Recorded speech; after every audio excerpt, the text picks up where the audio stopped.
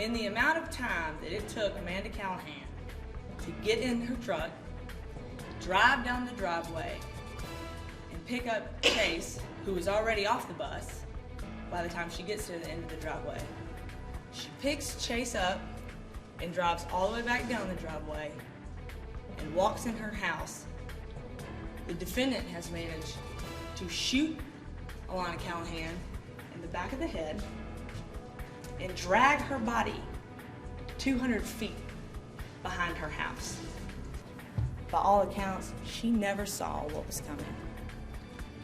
She may not have even known that he was there. She was shot in the back of the head and exited out the front of her mouth. Before he was 5, his mother was extensively doing drugs, physically, emotionally, and sexually abused Aaron. What you'll hear during Aaron's statement is 4 hours of a 14-year-old kid, and as the cop says, scared to dang death about what happened and trying to figure out what happened. But it doesn't occur to a 14-year-old kid that the truth might actually be better than all these lies he's telling. This was not premeditated. He did not plan this out. And we are confident the evidence will show that this is a case, truly, of a 14-year-old child who has been abused, traumatized, and neglected his entire life, who snapped. He came over every day. He ate. It's okay, give me 2 minutes, okay. He ate dinner at our table.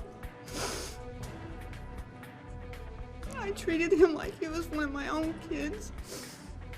We bought him birthday presents and we bought him Christmas presents, and we even took him on family trips with us. Alana told me that Aaron was in the house and everything before she got home, and that the door was unlocked. And I asked Aaron, how did he get in the house? And he said that we had left the door unlocked. And I told him no, we didn't. I was mad at Aaron, and I told him that he couldn't come back to the house. We're all just like brother and sister. He had said, "Oh my God, someone took Alana, and I don't know what to do." Was she breathing? A little. Okay. And were you able to revive her? No, ma'am. That's a photograph of the kitchen area where the computer was. The back door is to the right over here on the glass door, and this is the computer desk and the chair turned over. And on the ground there's a bone fragment or a tooth at that point. Out the back door there's a little wooden deck thing, and there's blood across there, all throughout there. I looked a little bit better with my flashlight, and I could see just part of a handgun barrel, which is buried underneath a bunch of leaves on the forest floor. Determination was that the cartridge case submitted and the bullet were both fired in the submitted firearm that I was provided with. If he gets in trouble, he just gets mad. He don't get sad that he's in trouble, he gets mad. Every time Aaron gets in trouble, he blames it on a black person. He says, oh, they were black and in a black suit. He's got real close to this family, and he has a tendency, he calls them mom and daddy and brother and sisters. That's his brother and sisters. Aaron was not only ADHD, he was sexually abused when he was a baby. There was an incident with my grandson. He didn't touch the skin, but he touched him imperfectly, on his jammers in a private spot. Aaron did. He was on probation for a year and a half. He just got off from it December, and he's done so good. He don't hurt animals and kids and stuff like that. He would be up under a chair in a fetus position, and he would just be crying, and I'd beg him to come out from under there, and he wouldn't. He would be knocking these bees off of him, and he was in fear. And he could see them, but I couldn't. And the fire, he would say, there's fire in there, sister, put it out. As to Aaron's dealings with his father, did his father live at the same house as him when he was a child? No. And why is that? He was in prison. And what was he in prison for? Rape. How many different stories did he give you before he admitted to having the gun in his own hand? I don't know if I counted, but there were more than 5. He stayed relatively calm throughout the whole interview. There were several times where he began to get upset, and so he was crying. All right. And did he have any tears? Not that I saw.